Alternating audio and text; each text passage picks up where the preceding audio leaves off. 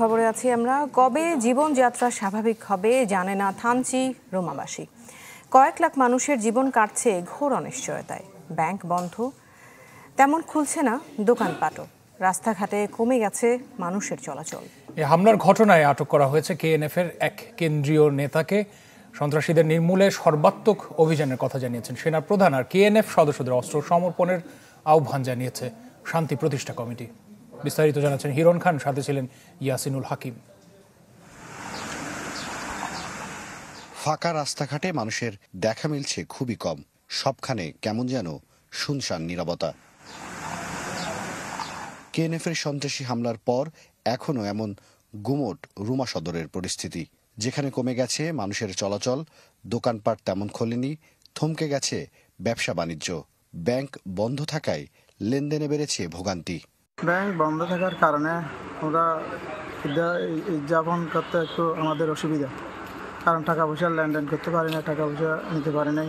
আমরা এখন সবাই আতঙ্কে আছি। কেউ দোকান খুলছে, কেউ খুলতে পারতেছে না, আবার খুললেও আবার বন্ধ করে দিতে হচ্ছে। ব্যাংক বন্ধ হওয়ার কারণে ব্যবসা বাণিজ্য হচ্ছে না, আমাদের লেনদেন করতে পারতেছি না, ছেলে মেয়েদের কাপড়ের জন্য টাকা দিতে পারতেছি না। একই পরিস্থিতি থানচিতে। সন্ত্রাসী হামলার পর থেকে আতঙ্ক যেন পিছু ছাড়ছে না মানুষের। কবে পরিস্থিতি স্বাভাবিক হবে জানে না কেউ। এখন বয়ে আছে, খুব আতঙ্ক সৃষ্টি, আর কখন গোলাগুলি হয় এটা আমরা বলতে পারবো না। কি হবে কিছু বুঝতে পারতেছি না। যদিও এখন গোলাগুলি হচ্ছে না, এখন অবস্থা মোটামুটি স্বাভাবিক, তারপরেও আমরা খুব দুশ্চিন্তায় আছি। এদিকে দুই উপজেলায় ৩টি হামলায় জড়িত সন্ত্রাসীদের ধরতে চলছে বিশেষ অভিযান। এতে র্যাবের হাতে ধরা পড়েছে কেএনএফের কেন্দ্রীয় নেতা চাউসিম বম। র্যাব বলছে হামলার অন্যতম পরিকল্পনাকারী এই চাউসিম। এই ঘটনার সাথে জড়িত এবং আমাদের কাছে কিছু সুনির্দিষ্ট তথ্য রয়েছে এবং তাকে প্রাথমিক জিজ্ঞাসাবাদে যেটা আমরা তার কাছ থেকে প্রমাণ পেয়েছি এবং এই তথ্যের ভিত্তিতে আমরা আমাদের অপারেশন কার্যক্রমটা পরিচালনা করি। চলমান পরিস্থিতিতে স্বরাষ্ট্রমন্ত্রী আইজিপির পর রোববার সকালে বান্দরবানে আসেন সেনাপ্রধান জেনারেল এসএম শফিউদ্দিন আহমেদ। সার্বিক পরিস্থিতি পর্যবেক্ষণ করে কথা বলেন সেনা অফিসার ও বাহিনীর সদস্যদের সাথে। সাংবাদিকদের তিনি জানান, সর্বাত্মক শক্তি দিয়ে মোকাবেলা করা হবে সন্ত্রাসীদের। বাংলাদেশ সেনাবাহিনীর যে দায়িত্বগুলো পালন করা, বিশেষ করে যৌথ অভিযানে নেতৃত্ব দেয়া, সেইগুলো আমরা অত্যন্ত পেশাদারিত্বের সাথে করতে পারবো বলে আমি দৃঢ়ভাবে বিশ্বাস করি। আমাদের অলরেডি পরিকল্পনা অনুযায়ী কার্যক্রম শুরু হয়ে গেছে। কিছু কার্যক্রম দৃশ্যমান, কিছু কার্যক্রম আপনারা দেখতে পাবেন না, বাট এর ফল আপনারা সময় মতো পাবেন ইনশাল্লাহ। শান্তি সংলাপ বাতিল হলেও নতুন করে কেএনএফ সদস্যদের অস্ত্র সমর্পণ করে স্বাভাবিক জীবনে ফেরার আহ্বান জানিয়েছে শান্তি প্রতিষ্ঠা কমিটি। রাস্তা বন্ধ করে চাঁদাবাজি, ব্যবসায়ীদের অপহরণ, সাধারণ মানুষের উপরে হামলা, সশস্ত্র আইন শৃঙ্খলা বাহিনীর উপর হামলা, সর্বোপরি দেশের সাধারণ মানুষের অর্থ নিরাপত্তা প্রতিষ্ঠান ব্যাংকগুলোতে হামলা। কুকিচিন ন্যাশনাল আর্মির এমন কর্মকাণ্ডে আতঙ্কিত পুরো বান্দরবন। এখন প্রশ্ন হচ্ছে, কুকিচিন ন্যাশনাল আর্মির এমন শক্তির পিছনের শক্তি কারা, আর কোথা থেকেই বা পাচ্ছে ভারী অস্ত্র, যার কুল কিনারা খুঁজছে আইন শৃঙ্খলা বাহিনী? হিরণ খান, চ্যানেল 24, রুমা, বান্দরবন। ওয়ালটন ফ্রিজ কিনে অনেকের মতো আপনিও হয়ে যেতে পারেন মিলেনিয়াল। বান্দরবনের ঘটনায় প্রমাণ করে বাংলাদেশের নিরাপত্তা ব্যবস্থা কতটা ভঙ্গুর, কথা বলেছেন বিএনপির মহাসচিব মির্জা ফখরুল ইসলাম আলমগীর। তিনি বলেন, গেল কয়েকদিনে সেখানে ক্রমাগত আক্রমণ হলেও এর কোনো প্রতিকার করতে না পেরে জঙ্গি নাটকের কথা বলছে সরকার। বাংলাদেশের সীমান্ত ভয়াবহভাবে আমরা আক্রান্ত। যখন কোনো কিছু করতে পারে না, বের করতে পারে না, এবং যখন কোনো দোষ চাপাতে হয় তখন ওই জঙ্গি খুঁজে বের করে। বন্ধুগণ, এই ঘটনা প্রমাণ করেছে যে বাংলাদেশের নিরাপত্তা ব্যবস্থা কত ভঙ্গুর। কনকায় দীর্ঘদিন পর্যন্ত খাবার থাকে গার্ডেন ফ্রেশ। ভালো থাকুন আপনিও। Concha fridge. বিএনপি নিজেদের ব্যর্থতা ঢাকতে নতুন ইস্যু খুঁজছে। মিয়ানমারের পর এখন কুচি চীন নিয়ে সরব তারা। ধানমন্ডিতে সংবাদ সম্মেলনে এই মন্তব্য করেন আওয়ামী লীগ সাধারণ সম্পাদক ওবায়দুল কাদের। বলেন, কুচি চীনের সশস্ত্র তৎপরতা বিচ্ছিন্ন ঘটনা, এতে সার্বিক শান্তি বিঘ্নিত হবে না। সরকার সতর্ক ও শক্ত অবস্থানে আছে। এই সময় উপজেলা নির্বাচন নিয়ে ওবায়দুল কাদের বলেছেন, নির্বাচনে পেশি শক্তি ঠেকাতে প্রশাসনকে নির্দেশ দেওয়া হয়েছে। দলীয় নির্দেশ অমান্য করলে ব্যবস্থার হুঁশিয়ারিও দেন তিনি। অব্যাহত রেখেছি, তবে স্পেসিফিক্যালি তখন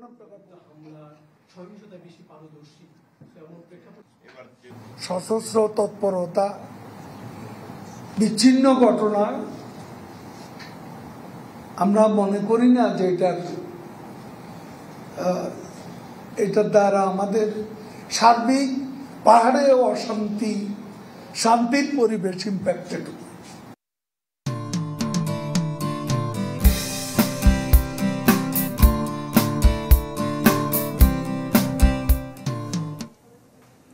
টাইলক্সের সৌজন্যে ঈদে ঘরে ফেরার খবর।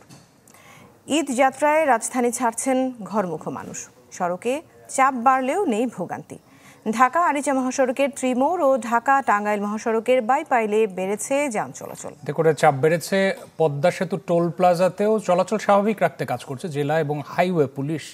এদিকে কমলাপুর থেকে মোটামুটি সময়সূচি মেনেই চলছে ট্রেনগুলো। সড়ক মহাসড়কে ভোগান্তি এড়াতে আগে থেকে ঢাকা ছাড়ছে মানুষ। তাই ভোর থেকে ভিড় ছিল টাঙ্গাইল ও উত্তরবঙ্গগামী বাস টার্মিনালে। ঢাকা মুন্সিগঞ্জ মহাসড়কে নেই তেমন যাত্রী চাপ, তবে গাজীপুরের চন্দ্রায় বাড়ছে যানবাহনের চাপ। যানজট নিরসনে কাজ করছে জেলা ও হাইওয়ে পুলিশ। ঈদে সরকারি ছুটি শুরু হলে বাড়তি চাপ হতে পারে বলছেন পরিবহন মালিকরা। পরিবারে 3 জনই যাচ্ছি বাসায়, তো ঢাকায় ছিলাম এতদিন, তো ময়মনসিংহ আমাদের বাড়িতে যাচ্ছি। সিরিয়াল ওয়াইজ টিকিট নিতে হচ্ছে, কেউ চাইলেও আগে টিকিট পাচ্ছে না। ঈদ করবো আমার মা বাবার সাথে, ভাই বোনের সাথে। সায়দাবাদ বাস টার্মিনাল পরিদর্শন করেন পুলিশের মহাপরিদর্শক। এ সময় তিনি বলেন, ঈদ ঘিরে নিরাপত্তা ব্যবস্থা জোরদার করা হয়েছে।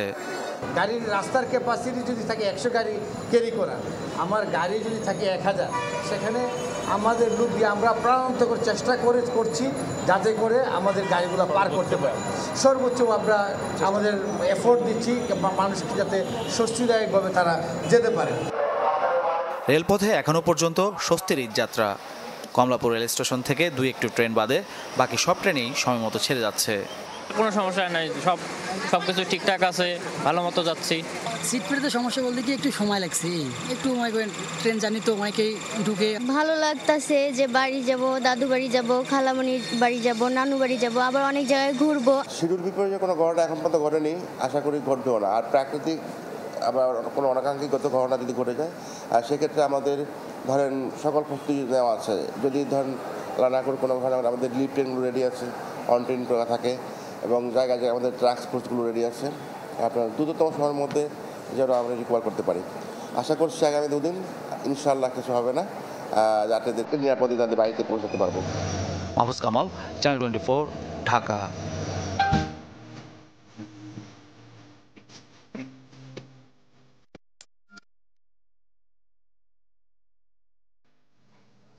আর কদিন পরে ঈদ, আনন্দে মেতে ওঠার অপেক্ষায় গোটা দেশের মানুষ। তবে সেই আনন্দ মলিন হয়ে যাচ্ছে নিত্যপণ্যের বাজারে। ঈদকে সামনে রেখে নিত্যপণ্যের দাম বেড়েছে আরেক দফায়, এতে ক্ষোভ জানিয়েছে নিম্ন আয়ের মানুষ। আনন্দের ঈদ যেন এক প্রকার হাওয়ায় মিলিয়ে যায় বাজারে পণ্যের দামে। সারা বছর পণ্যের দামের সাথে লড়াইটা আরও কঠিন হয়ে ওঠে এই সময়ে। এতদিন চাহিদার তুলনায় কম কিনে কিংবা কম খেয়ে বেঁচে থাকার কৌশল অবলম্বন করেছিল যে মানুষগুলো, উৎসবের সময় তারাও এখন নজর দিচ্ছেন মাছ মাংসে। স্বাভাবিকের তুলনায় চাহিদা বাড়ায় মুরগি ও গরুর মাংসের দাম 20 থেকে 50 টাকা পর্যন্ত বাড়িয়েছে ব্যবসায়ীরা। তবে মাছের দাম বেড়েছে আরেকটু বেশি, দেখানো হচ্ছে সংকট। ফলাফল ঈদের আনন্দ ম্লান হয়ে যাচ্ছে বহু মানুষের। একজন বাবা হিসাবে এটা আমাদের জন্য অনেক দুঃখজনক ব্যাপার যে সন্তানের মুখে ঈদের ভিতরে গরুর মাংস বা মুরগির মাংস তুলে দেওয়া একটা চ্যালেঞ্জিং ব্যাপার একটা বাবার জন্য। তারা সবাই একত্রিত হয়ে একই দামে বিক্রি করে। এখন আমি যে আরেকজনের কাছে যে একটু কমে পাবো সেই ধরনের কোনো স্কোপও নেই। 5 জনের লেনের লেখা খাড়া রয়েছে, যার উপরে যে 50 টাকা 100 টাকা বাড়ায় লিতেছে। ঈদকে ঘিরে চাহিদা বেড়েছে সেমাই, চিনি, পোলাও চাল সহ বেশ কিছু পণ্যের। দাম বাড়ার নেপথ্যে চাহিদা ও সরবরাহ ব্যবস্থার ত্রুটির অজুহাত দিচ্ছেন ব্যবসায়ীদের অনেকে। তবে ক্রেতা সাধারণের অসন্তোষ সরকারের ভূমিকা নিয়ে। এবং লেবার কস্টিং বেশি বেড়ে যায়, বিশেষ করে লেবার কস্টিং। একটা মাল যদি আনতে গেলে একটা বস্তা 10 টাকা মজুরি হয়, এই জায়গায় 20 টাকা হয়ে যায়। ওইখানে আমদানি আছে, আমাদের এখানেও বিক্রি আছে, কিন্তু কারা যে সিন্ডিকেট করছে আমি তো বলতে পারতাছি না। এখন এটা করবে কে, দেখবে কে? আপনি আর আমি, এটা আপনারা পত্রপত্রিকায় দিবেন, হয়তো 24-এ দেখাবেন বা ইউটিউবে দেখাবেন, কিন্তু কোনো সমাধান নাই তো। ঈদে চাহিদা কম থাকায় সব ধরনের শাকসবজির দাম কমতির দিকে। রাকিব হোসেন, চ্যানেল 24, ঢাকা। কালবৈশাখীর ঝড় ও বজ্রপাতে সারা দেশে প্রাণ গেছে 11 জনের। এছাড়াও ঘরবাড়ি হারিয়ে নিঃস্ব হয়েছেন অনেকেই। আবহাওয়া পূর্বাভাস বলছে ঝড়ের প্রভাবের কিছুটা কমতে পারে তাপমাত্রা। শুরুতে চোখ নাড়া গেল, শেষে বেশ চটে বসে চৈত্র। হাঁসফাঁস গরমে অস্থির হয়ে ওঠে জনজীবন।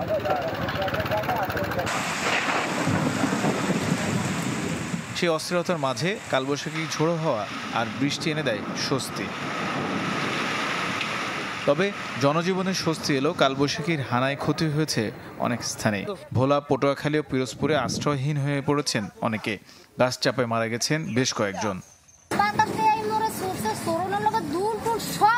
মানুষের একটা আন্দার করিয়া লাইছে, আন্দার করিয়া লাগানোর পরে দেখলাম কি একটা বাতাসে একটা ঘুরন দিছে, ঘুরনের লোক গড্ডা পশ্চিমের টানে ফেলে একটা ইয়া করে পড়ছে। এই গাছ জুড়ে না থাকলে যে গরম কাটতে যাইতে পারবে। পশ্চিম থেকে ঝড় আইছে, ঝড় আজকে ঝড়ের বড় গাছগাছালি এবং ঘর বাড়ি ইত্যাদি, রাস্তাঘাট, বিদ্যুৎ, তারপর তারে খাম্বা, তারপরে তারমার ইত্যাদি ইত্যাদি সবকিছু ছিন্ন বিচ্ছিন্ন হয়ে গেছে। অন্যদিকে ঝড়ের তাণ্ডবের সাথে ছিল তীব্র বজ্রপাতও। ঝালকাঠি সদর ও কাঁঠালী উপজেলায় বজ্রপাতে মারা গেছে 2 নারী ও 1 শিশু। এছাড়া খুলনা, বাগেরহাট, পটুয়াখালী, ভোলা ও নেত্রকোনায় আরও 5 জনের মৃত্যু হয়েছে। আবহাওয়া অধিদপ্তর বলছে অস্থায়ী দমকা হাওয়া ও বজ্রসহ বৃষ্টি হতে পারে রাজশাহী, খুলনা, বরিশাল ও চট্টগ্রাম বিভাগের 2-1 জায়গায়। মঙ্গলবার থেকে ফের বাড়তে পারে তাপমাত্রা। তানিম রহমান, চ্যানেল 24। সংবাদের শুরুতে জানিয়েছি, আপনারা জানেন ঈদের ছুটিতে ইতিমধ্যে মানুষ ঘরমুখী হয়েছে এবং সড়কে ভোগান্তির খবর এখন পর্যন্ত আমরা পাইনি। ওদিকে সময়সূচি মেনে কমলাপুর থেকে ট্রেন ছেড়ে যাচ্ছে বলে আমরা খবর পেয়েছি। গাবতলীতে এই মুহূর্তে রয়েছেন আমাদের সহকর্মী সজল শাইক, তার কাছে চলে যাব সড়কে কি অবস্থা জানতে। সজল, গাবতলীতে অবস্থান করছেন, পেছনে বেশ চাপ লক্ষ্য করা যাচ্ছে। যানবাহনগুলো কি সময় মতো ছেড়ে যেতে পারছে কিনা, কোনো রকমের শিডিউল বিপর্যয় এখন পর্যন্ত খেয়াল করেছে কিনা যারা যাত্রী, তারা কি বলছেন?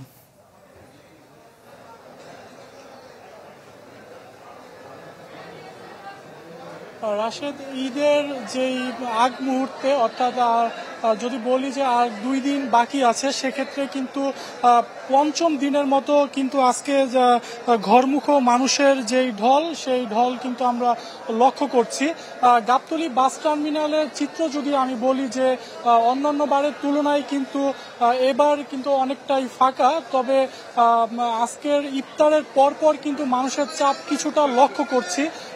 এদিকে বাস টার্মিনালের যেই কাউন্টারের যেই বাস মালিকরা রয়েছে, তারা বলছে যে অন্যান্য বারের তুলনায় এবার যাত্রী একেবারেই নেই। এর কারণ হিসেবে তারা বলছে যে এই দিকের যাত্রীরা তারা বিভিন্ন উপায়ে, অর্থাৎ ট্রেনে এবার বেশিরভাগ যাত্রী যাচ্ছে, কারণ যেহেতু ট্রেনের যাত্রা এবার বেশ স্বাচ্ছন্দ্য রয়েছে, তাই যাত্রীর বেশিরভাগ অংশই ট্রেনে চলে যাচ্ছে। আর গাবতলীর যেই আমরা যেই দিকটায় আছি, এটি কিন্তু জানেন যে উত্তরবঙ্গের প্রবেশ মুখ। এখানে এই পাশটি দিয়ে উত্তরবঙ্গের বেশিরভাগ মানুষ যাতায়াত করতে থাকে। তবে বাস কাউন্টার থেকে আরেকটি বিষয় বলছে যে আর যেই 2 দিন বাকি রয়েছে ঈদের, সেই 2 দিন কিন্তু যাত্রীর চাপ বাড়বে বলে তারা আশা করছে। রাশেদ, সজল, অনেক ধন্যবাদ আমাদের সাথে যুক্ত হওয়ার জন্য। সজল শাইক গাবতলীর সর্বশেষ পরিস্থিতি জানাচ্ছিলেন আমাদের। পরের সংবাদে যেতে চাই আমরা। বাংলাদেশের ব্রিক্সের সদস্য হওয়ার বিষয়টি জোরালোভাবে বিবেচনা করবে ব্রাজিল। ঢাকা সফরে এসে যৌথ সংবাদ সম্মেলনে এই কথা জানিয়েছেন দেশটির পররাষ্ট্রমন্ত্রী মাউরো ভিয়েরার। এছাড়া বাংলাদেশের সাথে শিক্ষা, প্রতিরক্ষা, কৃষি সহ বিভিন্ন বিষয়ে কাজ করার আগ্রহের কথাও জানান তিনি। এদিকে ব্রাজিলের কাছে তৈরি পোশাক ও তুলার কর অব্যাহতি চেয়েছে বাংলাদেশ।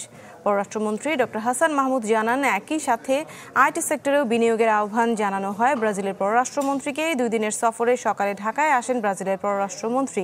দুপুরে ধানমন্ডি 32 নম্বরে বঙ্গবন্ধুর প্রতিকৃতিতে শ্রদ্ধা নিবেদন ও স্মৃতি জাদুঘর পরিদর্শন করেন তিনি।